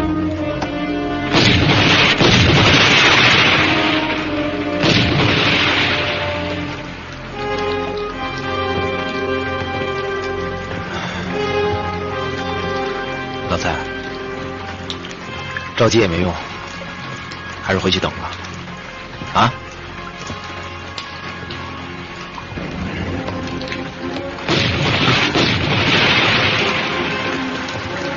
是武昌府来，他们开始炮击了。这说明程鼎荣、杨选清部马上要开始登陆攻击了。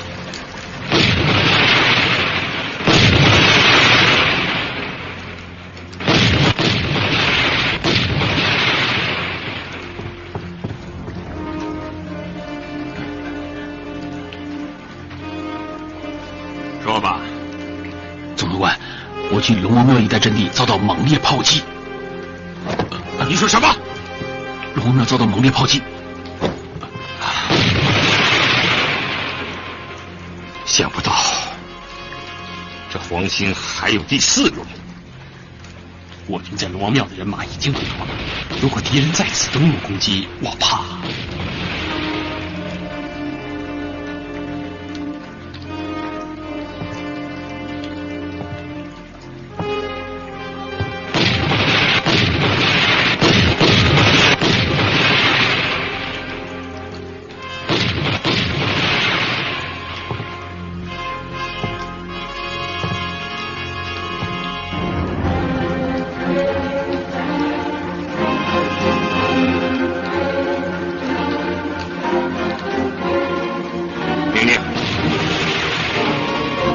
各部立即向大直门方向渐次靠拢。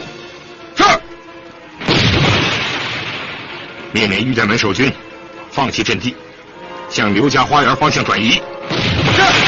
命令王玉甲放弃江汉关，向大直门方向移动，协助我军击退进攻的敌人。是。命令满春察言炮队炮击敌军，掩护龙王庙我军撤退，并阻止龙王庙登陆敌军的追击。是。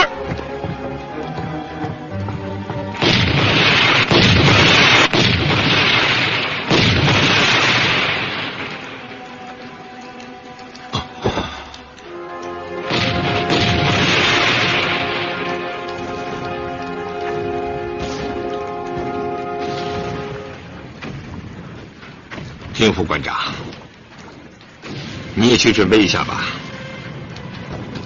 我们要向刘家庙方向转移。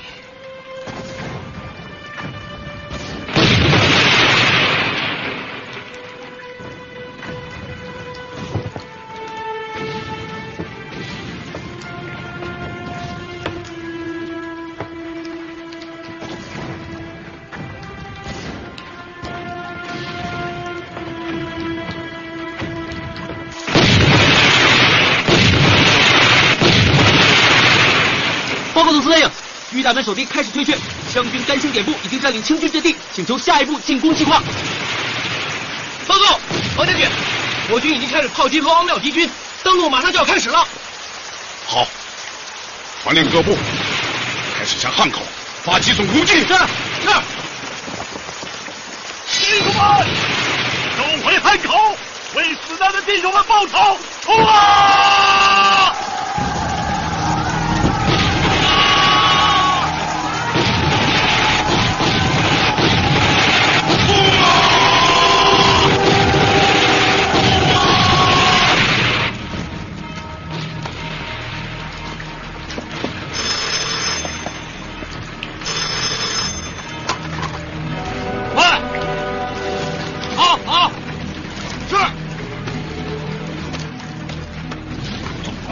黄兴的部队发起总攻了。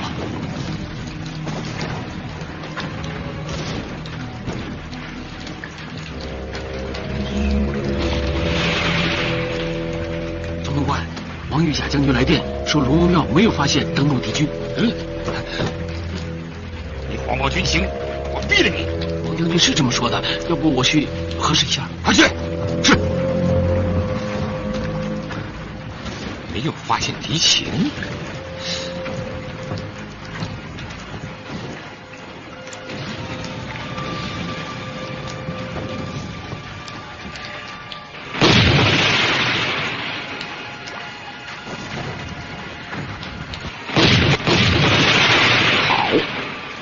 拼了！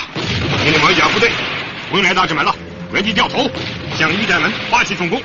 天亮之前把阵地给我夺回来。是。命令王占元放弃铁路沿线，向大之门一线敌人发起重攻。这满是海洋炮队，不用撤出阵地，瞄着刘家花园的敌人，狠狠的打。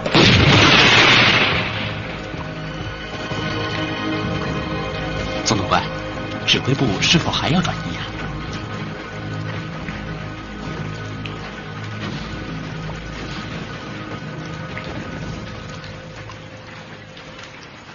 原地不动。是。